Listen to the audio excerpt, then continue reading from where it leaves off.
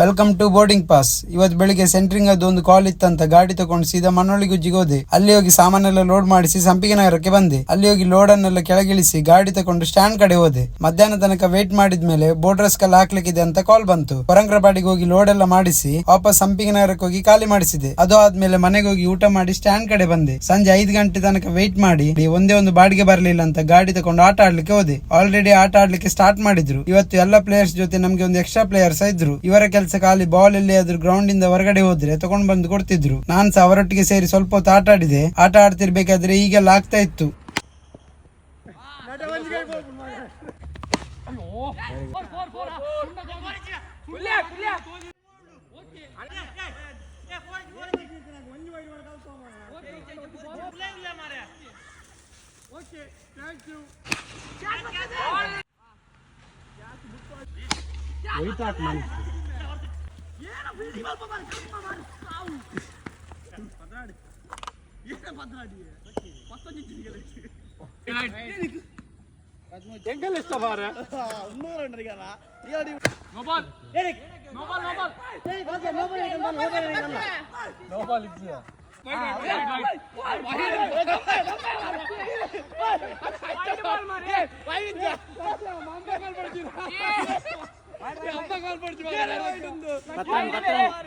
ಕತ್ತಲೆ ಆದ್ಮೇಲೆ ಆಟ ಆಡುವುದನ್ನು ನಿಲ್ಲಿಸಿ ಅವರಿಗೆ ಬಾಯ್ ಹೇಳಿ ನಾನ್ ಸಹ ಮನೆ ಕಡೆ ಬಂದೆ.